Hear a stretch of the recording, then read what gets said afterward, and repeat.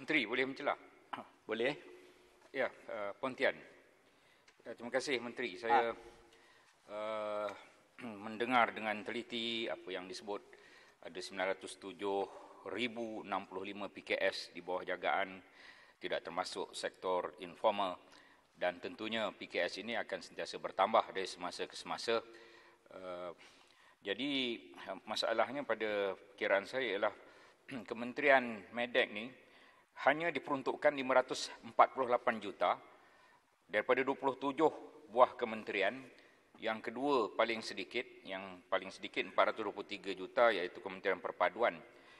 Tugas membina bangsa usahawan ni kelihatan tidak dianggap penting dengan sedikit sangat peruntukan belanjawan 548 juta sahaja yang diberikan, sedangkan ada yang berpuluh-puluh bilion kementerian lain. Jadi apakah kaedah kreatif yang berhormat Menteri bagi menyelaras peruntukan contoh unit pembangunan usahawan kementerian-kementerian lain yang di bawah Majlis Pembangunan Usahawan agaknya yang boleh diselaraskan supaya peruntukan itu bertambah. Terima kasih. Terima kasih Pontian. Sila Menteri. Pontian ni dia mengetahui benda-benda macam ni, Datuk Yang Tua. Ya. Soalan dia tu memang strategik, jawapannya ada pada saya.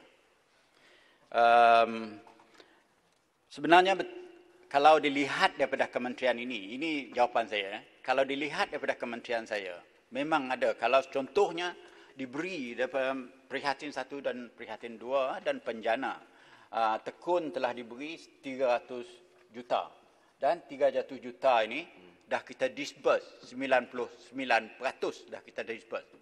Dan disbursement ini ataupun pengeluaran sumber ini kepada pihak-pihak yang memohon bukan saja diberi macam tu saja, dengan bimbingan, monitoring ataupun bimbingan kita hingga mereka ini boleh bergerak semula, dan bahkan kita ajar mereka soalan-soalan macam mana nak berniaga dalam masa COVID ini, iaitu dengan digitalization dan masuk kepada e-market, e-dagang dan sebagainya. Semua kita bimbing dan kita buat.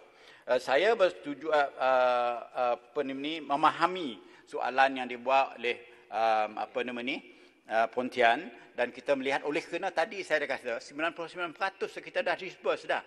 Itulah kenapanya baru semalam Datuk Yang Ketua, saya setelah berbincang dengan pihak Economic Action Council yang dipengusikan oleh Yang Amat Berhormat Perdana Menteri sendiri, yang mana hadir bersama ialah daripada Menteri MOF, Menteri MITI dan juga Menteri Ekonomi, iaitu kalau cara ringkas cakap yang biasalah Datuk Seri, tak payahlah sebut nama tu, tak boleh sebut, melainkan Datuk cakap boleh sebut nama, saya lupa dengan kawasan ni, dia orang ni.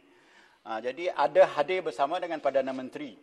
Saya telah meletakkan permohonan pindahan sumber kewangan selepas kajian yang dibuat oleh pihak SME Corp dalam kementerian ini, melihat bahawa ada sumber-sumber kewangan diletakkan dalam satu agensi yang tidak ada takers, kurang takers, hingganya sumber kewangan itu tidak bergerak.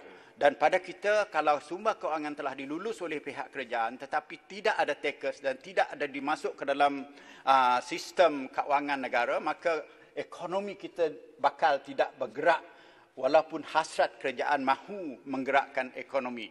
Dengan itu, kita telah berbincang sepanjang lebar semalam dengan Perdana Menteri dalam Economic Action Council, dan Perdana Menteri telah memberi arahan kepada kementerian saya untuk berbincang semula dengan pihak MOF, berbincang dengan pihak MITI dan juga pihak